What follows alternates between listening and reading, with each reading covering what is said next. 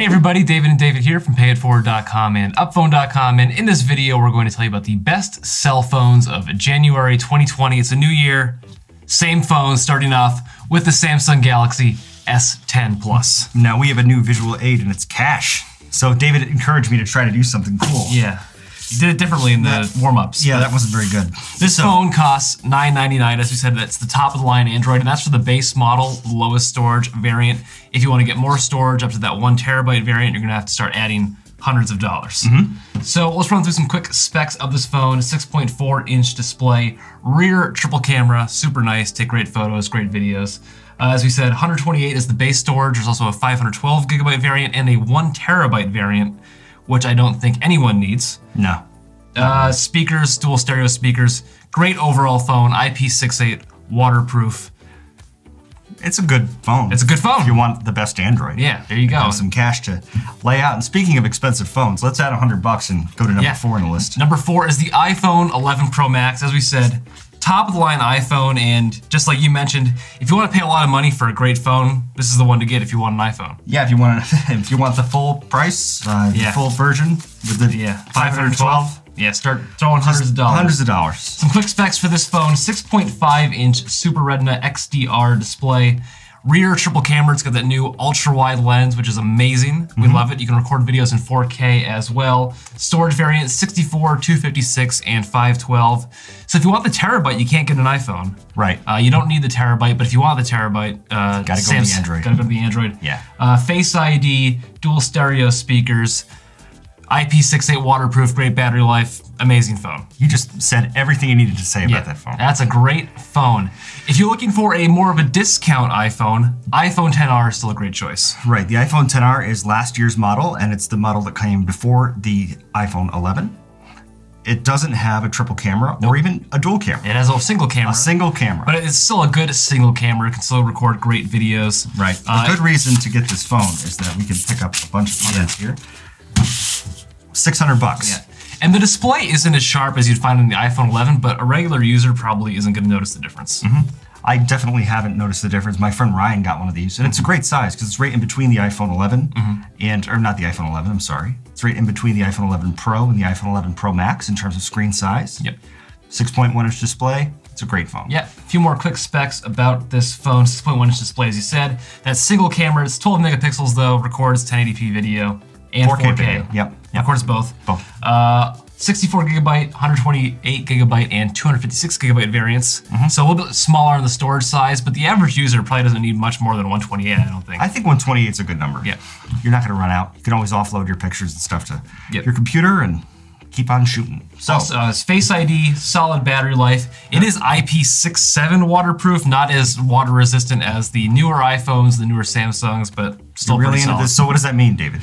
It's what, 1 meter? 1 meter versus 2? 1 meter versus 2, yeah. Versus 4, yeah, in terms of 3 feet, 6 feet. So if you drop it in the pool or in the tub for a second, you're gonna be okay. It's probably gonna be fine. Drop it in a lake while you're fishing. It's probably not gonna be. It's not gonna be okay. Yeah. Our favorite Android of the month, once again, the Google Pixel 3a XL, and we can start taking even more hundreds. That's why we love this phone so much. Really? Only $479, and you get a really solid phone. There is the new Google Pixel 4, which has slightly better specs, but it's going to cost you a few extra $100. Yeah, it's really not worth the upgrade, not worth the price, because you don't get that much more stuff. Right.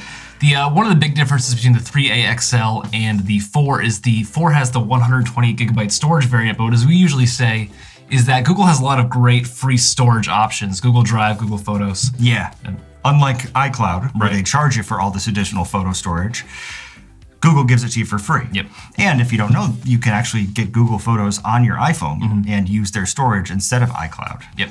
An option, not necessarily the best option, but it's always an option. Yep. Some quick specs about the 3a XL: 6-inch display, rear 12.2 megapixel cameras, 64 gigabyte storage, as we said, dual stereo speakers, solid phone overall, great battery life. Great value. Highly recommend. If I was going to buy an Android, I'd buy this one. Yeah, it's a great value. I mean, we're talking $500 here. That's like... Yeah, it's actually less. It's $479. It's $479. So to rip this and, you know... I was going to make a joke about it, but yeah, no. That would be illegal. Can't do that. Can't rip up money.